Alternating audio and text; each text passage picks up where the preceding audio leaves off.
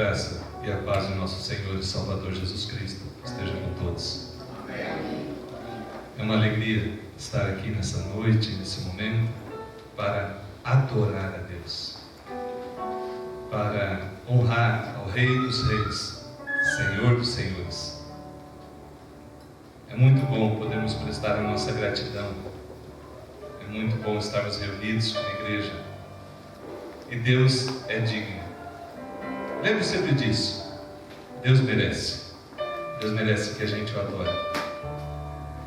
Vamos orar mais uma vez. Deus tem uma palavra especial para a tua vida. Falar ao teu coração. Ó Deus de misericórdia, por causa de Jesus Cristo, teu Filho, age nessa noite. Transforma tudo aquilo que é necessário. Rogamos que o teu Santo Espírito ilumine e fale com cada um. No santo nome de Jesus Cristo, afasta tudo que atrapalha o entendimento e traz, Deus, o renovo que é necessário para que teus filhos e filhas sejam mais do que vencedores em Cristo Jesus. Amém.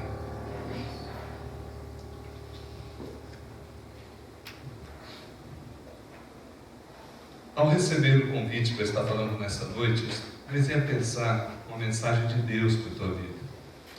Nós vamos estar quebrando um pouco aquela sequência. Nós estamos fazendo uma série de mensagens no sentido de que você venha aprender a viver essa fé. E eu pensei, nada mais oportuno do que nós falarmos em crise. Pastor vai falar em crise. Até parece que não tinha mais nada para falar, pegou o assunto do momento e vamos trabalhar ele nesta noite. Mas não é isso. Eu não quero falar necessariamente sobre a crise. Não. Eu quero te ensinar a como vencer a crise econômica por meio da fé em Jesus Cristo.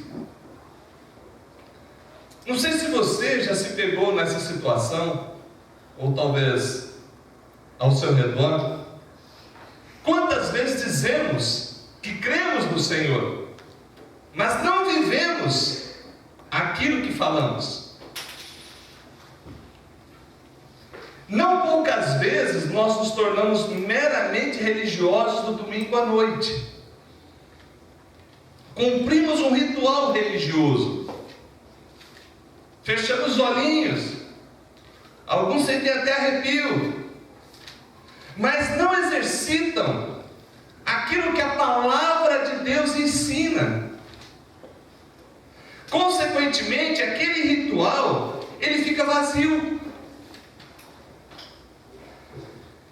Se nós fôssemos olhar na Bíblia Sagrada e na história da humanidade, crises vieram e crises passaram.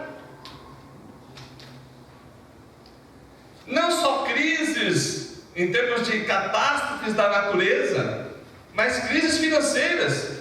Ou o que você acha que ocorria quando uma nação invadia Israel?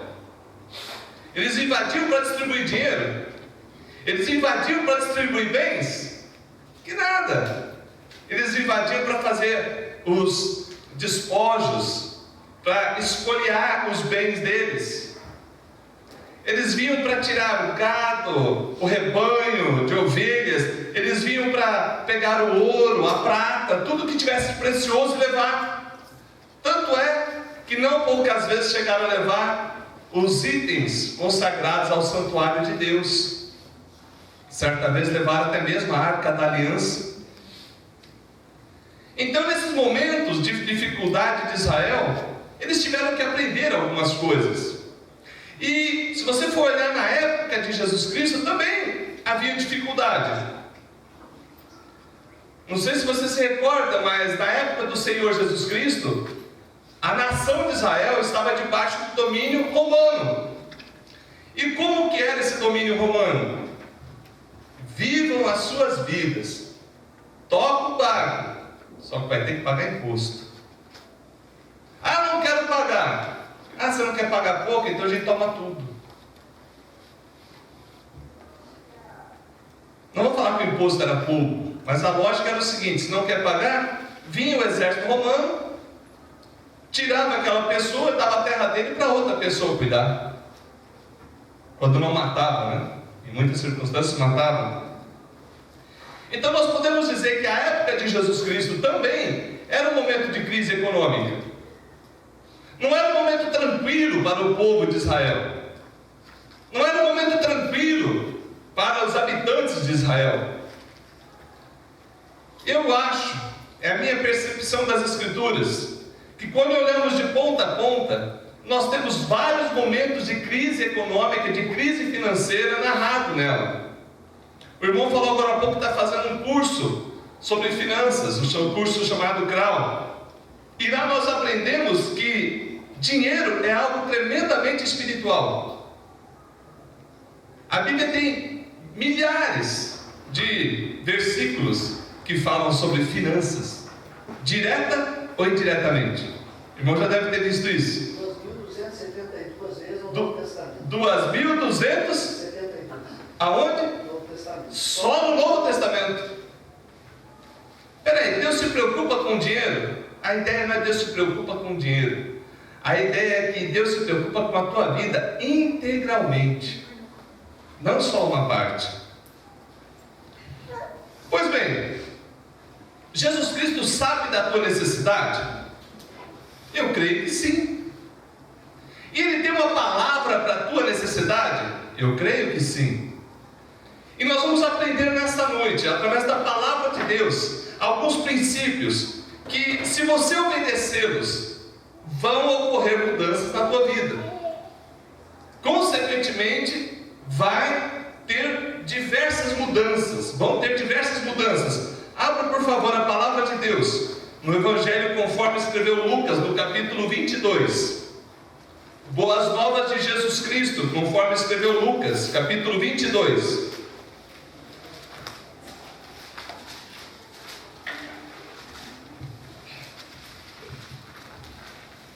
Versículo 35. Boas novas de Jesus Cristo, conforme escreveu Lucas, capítulo 22, versículo de número 35.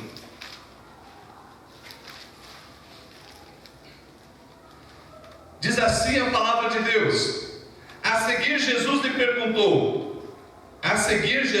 perguntou: quando vos mandei sem bolsa, sem alforje e sem sandália, faltou-vos, porventura, alguma coisa? Nada, disseram eles. Vou repetir. A seguir, Jesus perguntou: quando vos mandei sem bolsa, sem alforje e sem sandálias, faltou-vos, porventura, alguma coisa? Nada, disseram eles.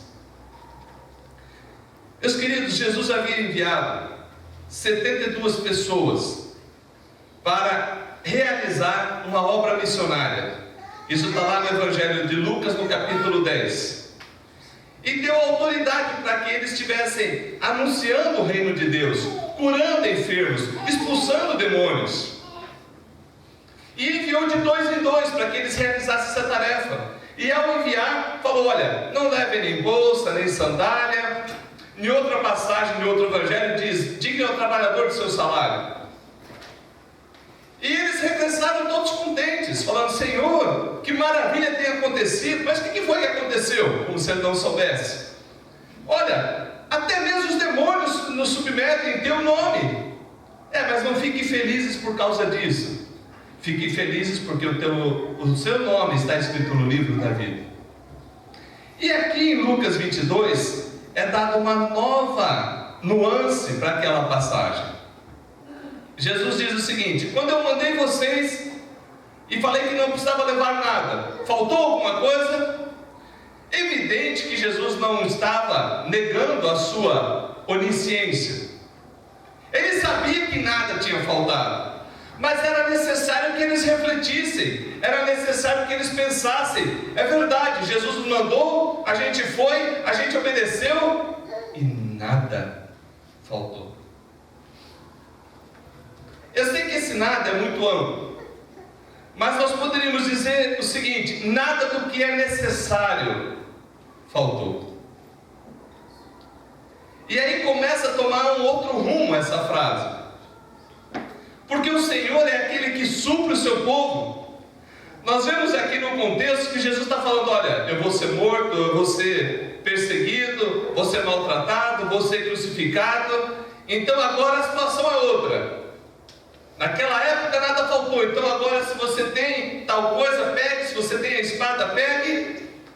Mas novamente eles não entenderam. Eles acharam que era para começar através de uma guerra. E Jesus falou para eles: basta, no versículo 38.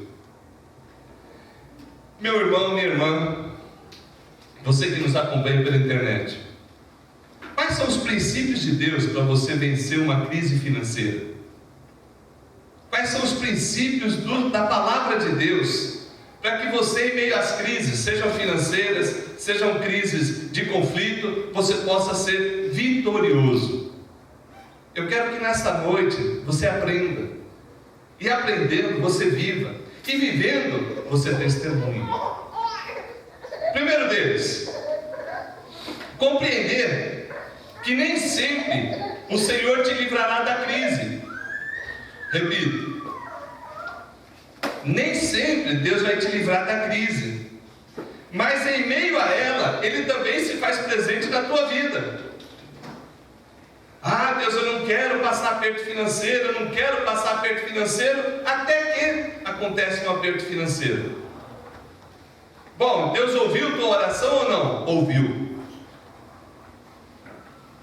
Só que Deus pode tanto te livrar daquele momento difícil, como pode fazer você atravessar, enfrentar e vencer o momento difícil.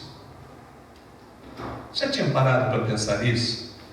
Que Deus é Deus para te livrar do momento difícil, mas Ele também é o Senhor para estar com você no momento difícil e fazer você atravessar.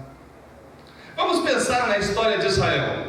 Nós poderíamos falar de vários personagens, vamos separar somente alguns. Por exemplo, na época de Elias,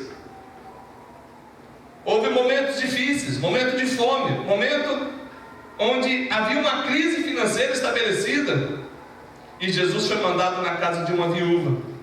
Elias foi mandado na casa de uma viúva, e ali realizou um milagre de cunho financeiro também. Na mesma coisa na época de Eliseu. Nós vamos pensar, por exemplo, na época de Jacó, a famosa história do filho dele, José. Foi vendido como escravo, sofreu no Egito, até ser alçado a primeiro-ministro do Egito. E ali ele controlou toda a área financeira. E qual foi a palavra de José para os seus irmãos? Olha, vocês quiseram me fazer mal, mas Deus transformou o mal em bem, exatamente para que hoje eu estivesse provendo para todos os meus irmãos. E ali eles comeram durante todo o período das vacas magras. Foi assim o sonho. Ou seja, existem momentos tranquilos e existem momentos difíceis. E Deus não é Deus só para te livrar do momento difícil, mas Ele é Deus no momento difícil. Bom, mas qual a origem desse momento difícil? Calma aí, não fica bravo não, tá? Não sai daqui bravo não. Pois bem, o terrível é a gente encarar que muitas das crises financeiras que passamos não se trata de nosso país, não se trata de nosso estado, do município, não é isso. Muitas das crises financeiras que passamos, nós somos o único culpado. Gastamos o que não temos e ainda murmuramos, reclamamos, clamamos ao Senhor, como se Ele fosse culpado de não ter te dado mais.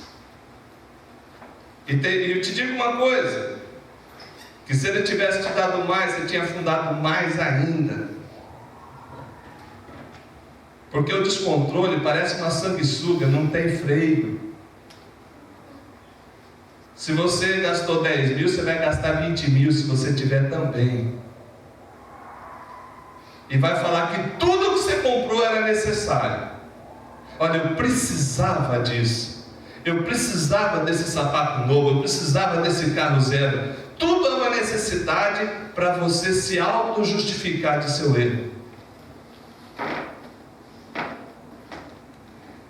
Mas além dessa crise que nós mesmos causamos a nós, existem de fato momentos difíceis econômicos nos países, não só no Brasil, vários países. E como você faz?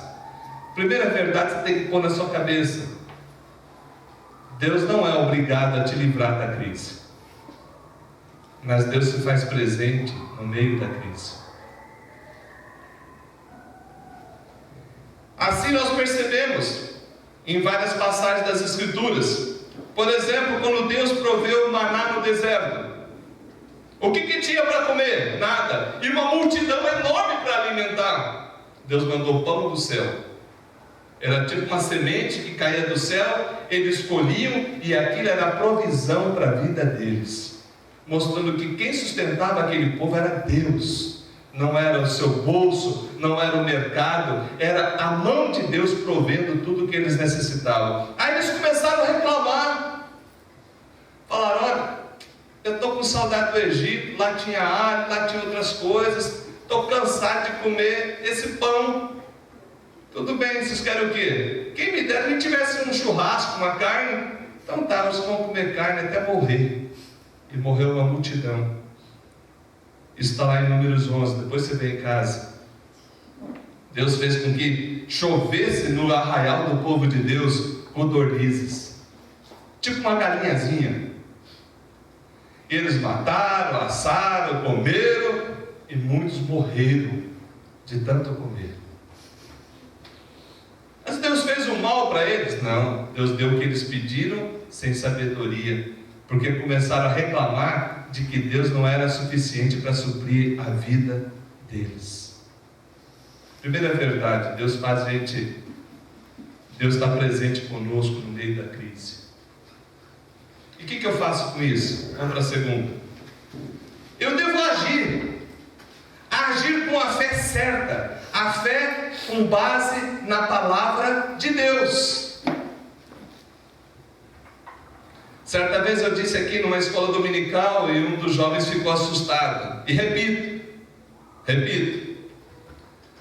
Deus não tem compromisso nenhum com a tua fé. Deus não é obrigado a fazer aquilo que você crê. Deus tem compromisso com a sua palavra, a fé baseada na palavra, a fé no que Deus próprio diz. Isso faz toda a diferença. Vamos supor, eu tenho a fé de que vai aparecer na minha conta, de hoje para amanhã, 50 milhões.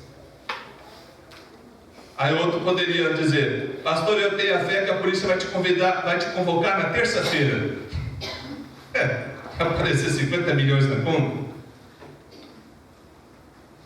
Mas essa fé, Deus tem compromisso de honrar?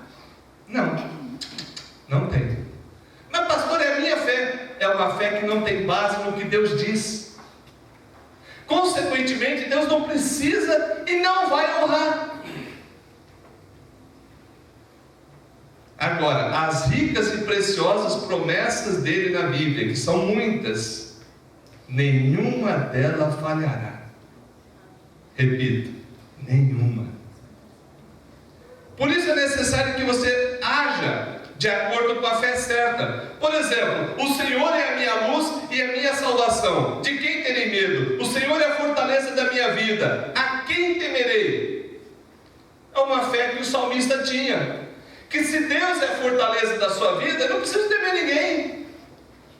Mas não é temer de ser desrespeitoso, ou seja, de ser... Não, é temer de ter... não ter medo de ter a ousadia de confiar que Ele te guarda, que Ele te protege. A Bíblia Sagrada ainda nos diz assim: Em ti esperam os olhos de todos, e tu, a seu tempo, lhe dás o alimento. Salmo 145, versículo 15.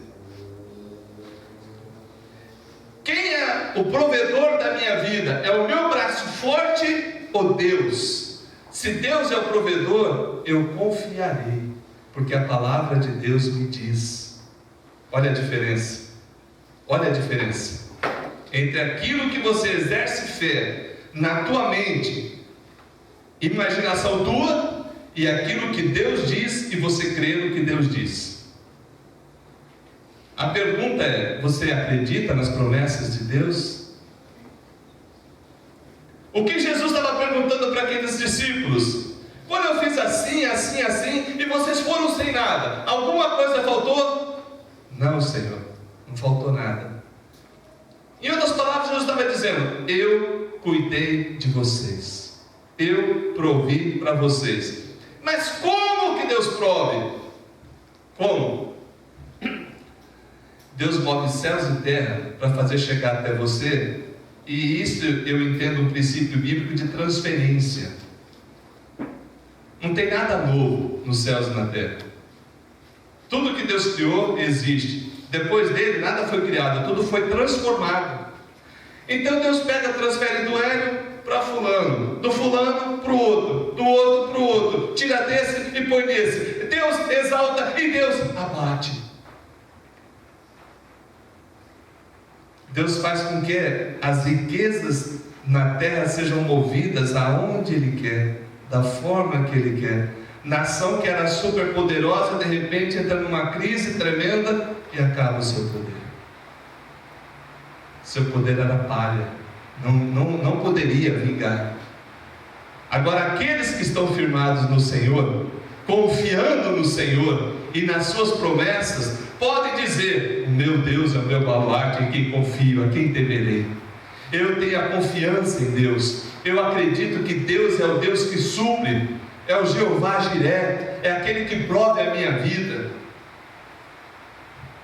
Agir com a fé certa é extremamente necessário que isso aconteça no meio de crises. Vamos lá. Eu creio que Deus vai me dar o dobro esse mês, e já está tudo gasto. Que fé é essa? Na listinha lá Deus foi excluído? Não foi isso, irmão? Na listinha Deus foi excluído. Eu já falei e vou repetir, irmãos. Deus não precisa do teu dízimo, Deus não precisa da tua oferta, fica para você. Dízimo e oferta tem nada a ver com dinheiro. Eu não sei porque o povo de Deus insiste em achar que dízimo e oferta é dinheiro. Dízimo e oferta é fidelidade refletida no dinheiro. É diferente. Se você não é fiel no coração, você não vai ser fiel nas finanças. Mas não vai mesmo, não vai. Vai passar anos e anos a infidelidade e o devorador vai continuar corroendo. Teu coração não está entregue, o dinheiro também não vai ser entregue nunca. Ou então às vezes você vem e entrega ritualisticamente na igreja. Isso também vai dar errado. Repito, vai dar errado. Porque não é na base certa, não é na fé certa. Pastor, mas eu entreguei. Entregou para quem? Entreguei na Filadélfia, já deu errado. Entreguei para o pastor, entregou errado também. Ainda que nenhum de nós recebamos dízimos, eu devo consagrar a Deus, porque eu só posso entregar aquilo que Deus me deu. Repito, eu só vou entregar o que Deus me deu. Mas eu acabo dizendo através da minha atitude: Deus, o Senhor me deu, eu quero tudo, e ainda pego o teu. Percebe? Tem nada a ver com dinheiro. Eu gosto de dar um estudo sobre isso, ainda não tive a chance, porque deixa eu dar um estudo sobre isso. Teve uma igreja que eu passei, que eu dei um estudo sobre isso, houve uma revolução lá. Irmãos começaram a ser abençoados. Por quê? Eles não tinham entendido o princípio, faziam ritualisticamente. Outra coisa, eu entrego porque Deus me deu, mas na confiança de que o que fica também é dele. O que fica não é para gastar de qualquer maneira. Ah, pastor, e o especial do banco eu incluo? É lógico que não. Por quê? A Bíblia fala que aquele que toma emprestado é escravo de quem está emprestando. O irmão está aprendendo isso, né? O povo de Deus, diz a palavra, emprestarias a muito, mas não tomaria emprestado. Eu quero essa palavra na minha vida. Pastor, isso acontece na tua vida? Não, mas eu creio e estou perseguindo essa palavra. Eu vou viver essa palavra. Por quê? É uma palavra que está de Deus para mim. E eu vou segui-la. E eu vou atrás dela. Sabe por quê? Se eu agir segundo os valores de Deus, eu vou ter um outro princípio que ajuda a área financeira, que é o contentamento. O que é o contentamento? Eu posso querer várias coisas, mas estou contente com aquilo que tenho. Você quer ver uma palavra que muita gente acaba interpretando errado? Talvez você saiba decor. Vamos fazer um teste? Tudo posso Aquele que me fortalece. Aí, ó, você sabe decor. É Filipenses 4:13. Mas quer ver que você não sabe versículo 10, 11 e 12? Mas o 10, 11 e 12 é tremendo. Vamos lá, faz favor. Filipenses 4.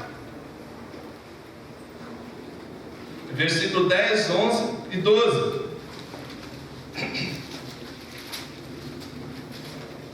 Quando você pega o versículo 10, 11 e 12, o 13 faz todo sentido.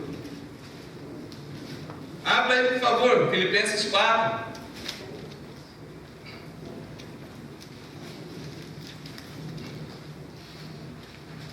Diz assim: alegrei-me sobremaneira no Senhor, porque agora uma vez mais renovaste a meu favor o vosso cuidado, o qual já tinhas antes, mas vos faltava oportunidade. O que ele está dizendo? Chegou ajuda.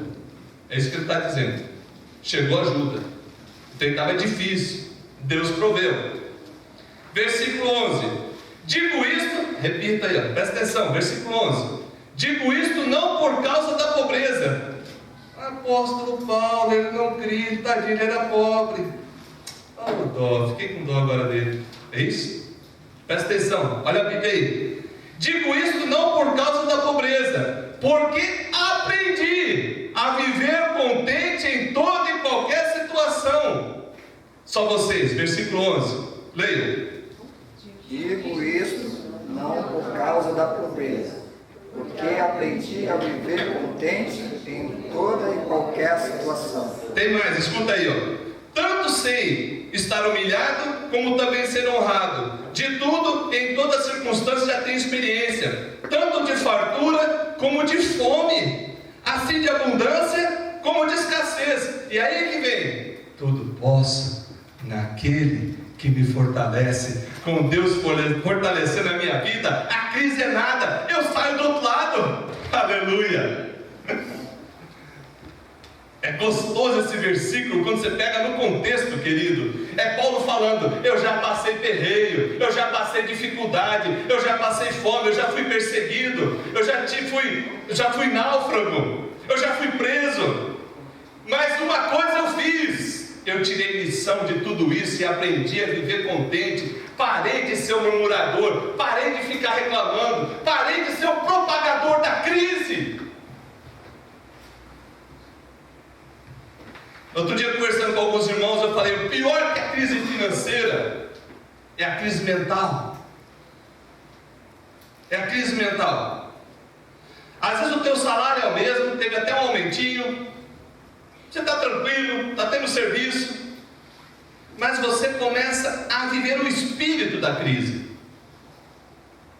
e a ser um propagador da crise. Como homem, como mulher de Deus, que era para propagar bênção, que era para ter uma palavra de bênção, você começa a falar para o outro: está difícil. Aí o outro: está difícil. Mas está difícil. Vai piorar. Vai piorar. Cadê a fé? Cadê a palavra de fé? Onde está o Deus de Abraão, o Deus de Isaac, o Deus de Jacó? Aonde que está o Senhor que te remiu, o Senhor que tem promessa de prover, de cuidar da tua vida? Mas pastor, todos nós fazemos isso. É verdade. até eu, se eu não descuidar, eu estou sendo um propagador da crise e não um propagador de Deus e da palavra de Deus. Porque aprender a viver contente é um agir por fé que é necessário que eu e você venhamos a colocar na nossa mente. Você já tinha visto o contexto de Filipenses 4,13? Você tinha visto o versículo 10, 11 e 12? Talvez você já leu, mas não tinha percebido que Paulo passou por uma escola chamada Deuteronômio 8. Deuteronômio 8 você já aprendeu, né? Não? Então vamos lá dar uma olhadinha. É uma escola que está lá no Antigo Testamento e que é necessário a gente entender tremendamente. Versículo 1, 2 e 3, Deuteronômio 8, é o quinto livro da Bíblia.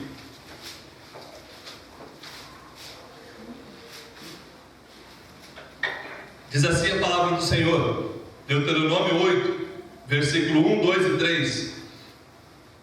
Cuidareis de cumprir todos os mandamentos que hoje te ordeno, para que vivas e vos multipliqueis, e entreis e possuais a terra que o Senhor prometeu sob juramento a vossos pais.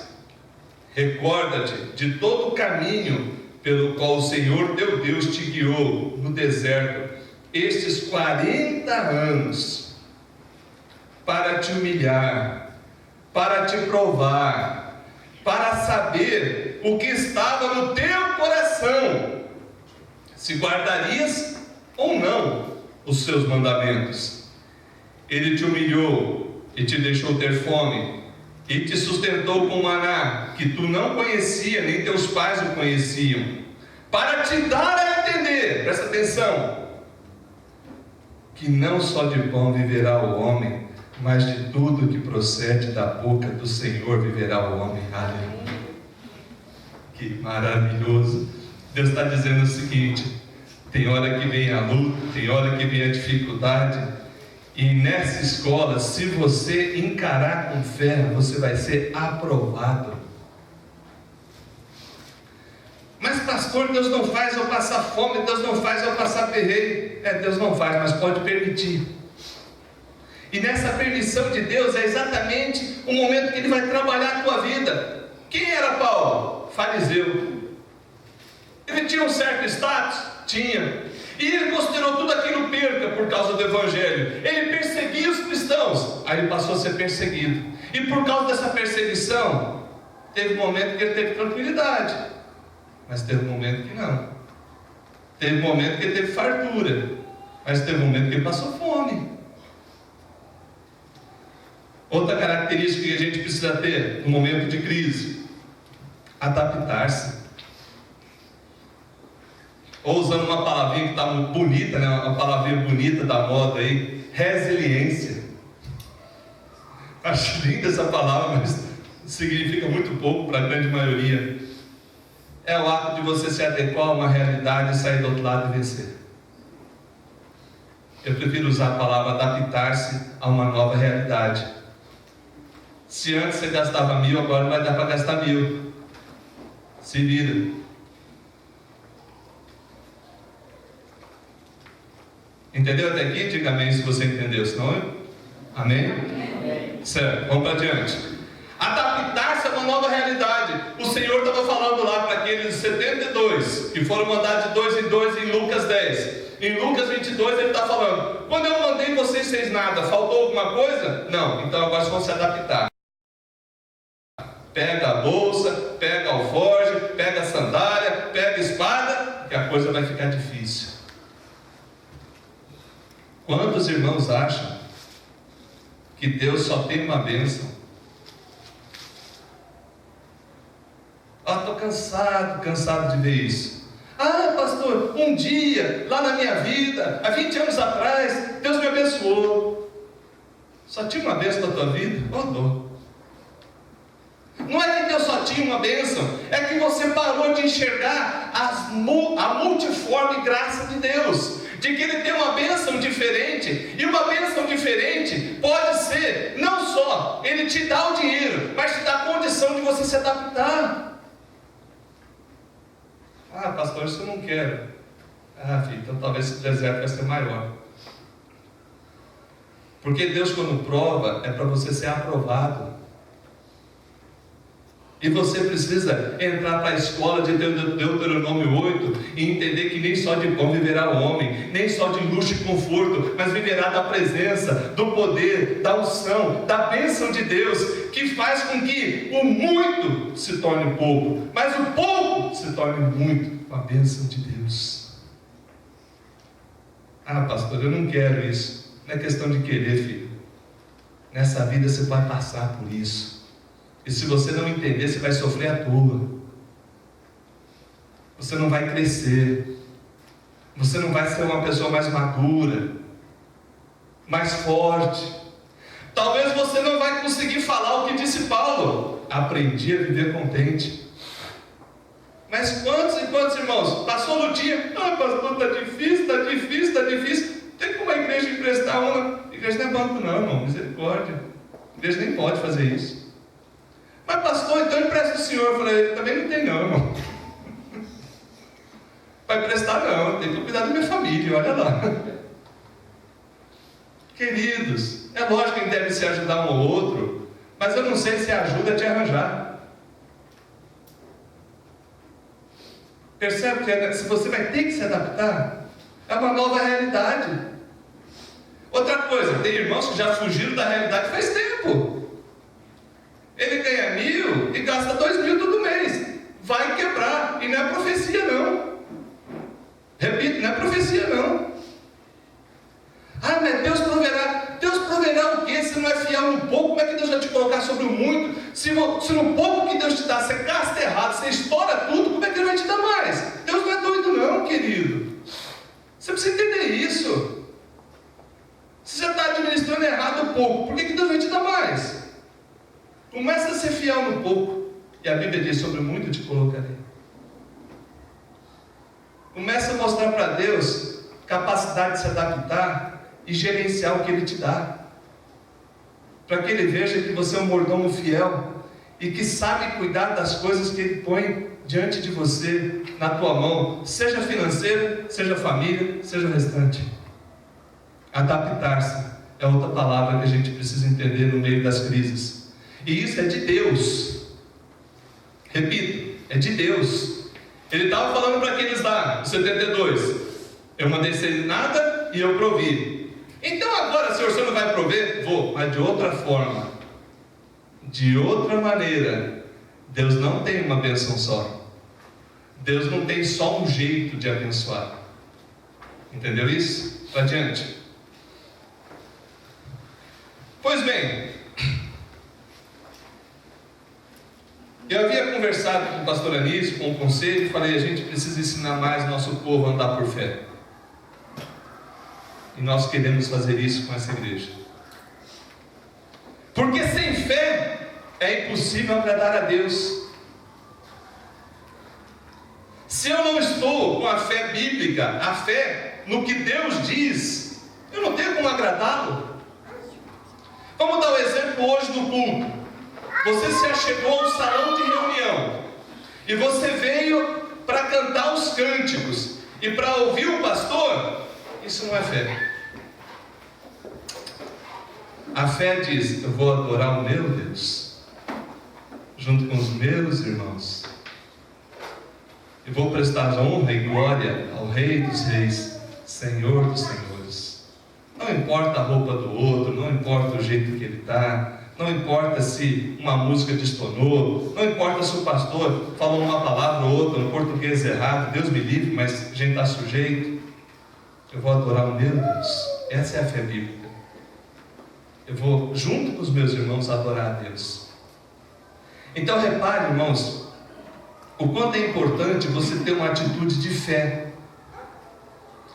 Nós poderíamos citar aqui vários textos. Vou dar alguns exemplos.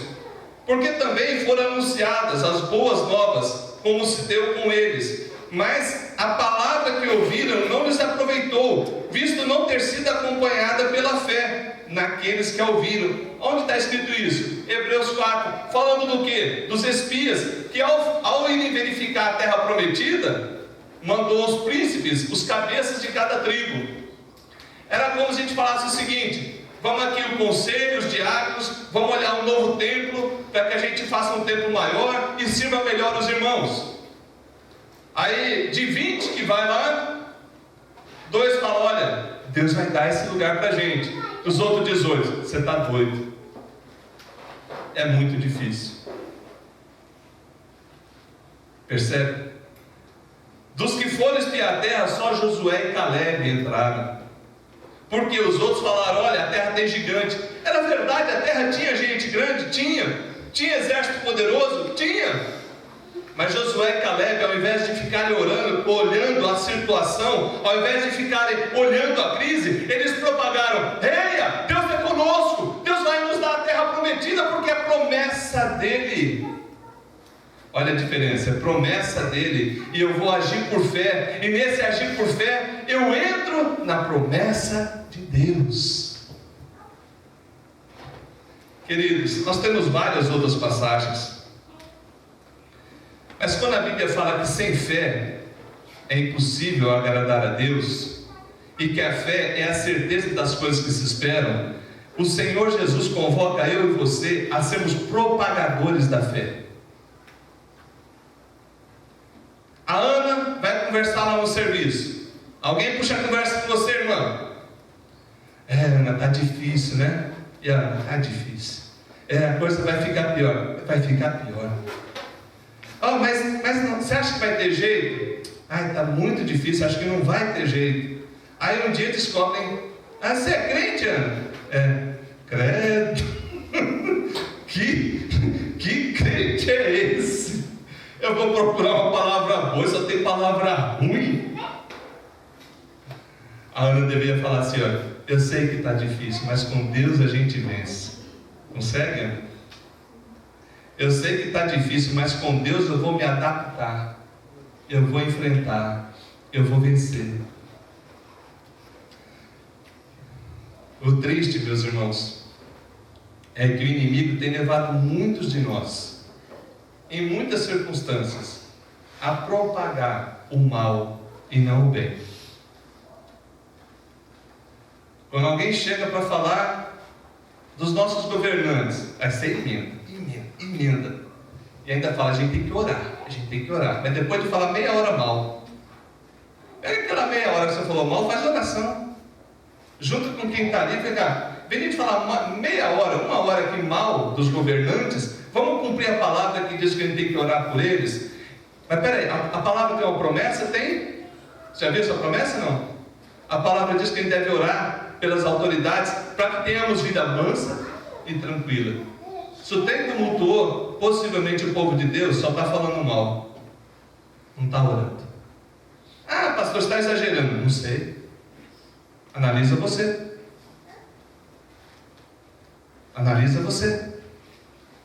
Nós vamos ser propagadores do bem. É um agir por fé. Propagadores da bênção de Deus e não da crise. Michel, a crise está afetando vocês? Não. Mas vocês não estão passando dificuldade? Não, a gente está aprendendo com Deus. Aprendendo a se adaptar. A viver contente em toda e qualquer situação. Não é que você vai negar a realidade de um momento financeiro difícil, mas você vai propagar o Deus que no momento difícil está junto. Olha a diferença. Aí o vizinho do Rigatti vai conversar com ele: e aí, Rigatti? Rigatti fala: com Deus a gente vence. Propagou fé, ao invés de propagar crise. Nós somos, a Bíblia Sagrada diz que assim como o homem imagina no seu coração, assim ele é. A Bíblia Sagrada nos diz que a boca fala do que o coração está cheio. Se nosso coração estiver cheio de Deus, da palavra de Deus, da presença de Deus, a hora que alguém vem falar comigo, vai sair uma palavra de bênção, e não uma propagação de crise. Mas isso é atitude, isso é agir por fé, isso é o que o apóstolo Paulo diz: aprendi a viver contente. É aprendizado. Não se nasce sabendo, e não é porque acertou 2 vezes que vai acertar sempre. Repito, aprender a viver contente é uma constante. Vem a situação difícil, você firma o pensamento com Deus, analisa na palavra e propaga a palavra e vive a palavra, e as coisas vão acontecer na sua vida. Como? Me dando dinheiro? Não, mas fazendo você ser capaz até de se adaptar a viver menos. Eu já falei isso aqui uma vez, e digo isso para a honra e glória do Senhor. Longe de mim de me vai descer disso. Uma vez Deus falou comigo que eu ia receber um convite de uma igreja pequena assim, e que era para ir. Falei, Senhor, tá bom. Aí recebi um convite de um lugar, analisei e falei, não, aquela igreja não é pequena, Deus. Então não é esse, eu e Deus, né? Aí a pessoa me explicou, mas não é para trabalhar aqui não, é para trabalhar em outro lugar. Para você ter uma base, eu ganhava em torno de 4 ou mais, foi para ganhar 1.600. E fui conversar com a minha esposa e Deus já tinha falado no coração dela. Falei, e aí, Rô, vamos, fomos. A lógica é que não ia dar. A lógica é que financeiramente não dá. Mas deu. A gente se adaptou, a gente se adequou e passou a viver dentro daquela realidade. E Deus me fez entender de que Ele é conosco no muito e no pouco. Deus faz com que a gente seja capaz de se adaptar. E te digo, nada nos faltou. Nada, repito, nada. Glória seja dada a Deus, não é a mim não, querido. Estou falando que Deus é o Deus que prove a nossa vida. Quantas vezes a igreja às vezes enfrenta alguma dificuldade, Deus supre a dificuldade da igreja. Deus já fez isso aqui várias vezes, sem nem mesmo irmãos estarem sabendo. Deus tocou na vida de alguém, veio e supriu. E na sua vida, Deus faz uma transferência daquela que só Ele sabe fazer. Te abre uma porta, te abre uma nova circunstância, faz você se adaptar e faz de você vencedor. Essa palavra dessa noite é para que você tome uma atitude. Essa atitude eu não posso tomar por você. Ou você decide ser um propagador da fé e da bênção de Deus, ou você vai ser um propagador da crise. Ou você vive as promessas de Deus, ou você vai ser um daqueles que só murmuram. E se você é um daqueles que só murmuram, toma cuidado, porque a terra prometida, muitos não entraram porque só ficaram murmurando. Mas pastor, está difícil. Filho, eu vou repetir. Eu sei que está difícil.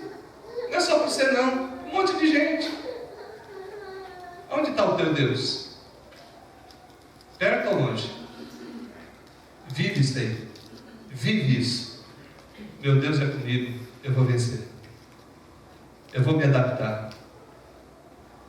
Se o que eu ganho está representando metade, eu vou viver dentro daquela metade sabendo que Deus não vai deixar faltar nada. Deus não vai deixar faltar nada. Você crê nisso? Você crê que Deus é o Deus que prove a tua vida?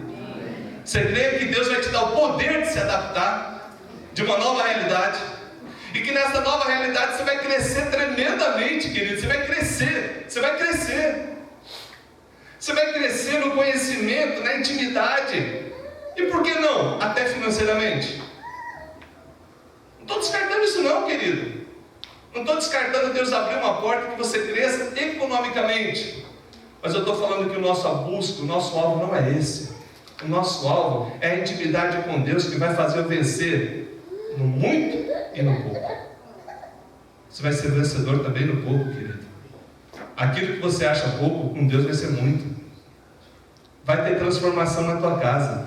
Vai ter transformação na tua vida. Pela fé isso vai acontecer. Eu creio, nós cremos, essa igreja crê. E a gente vai viver por fé.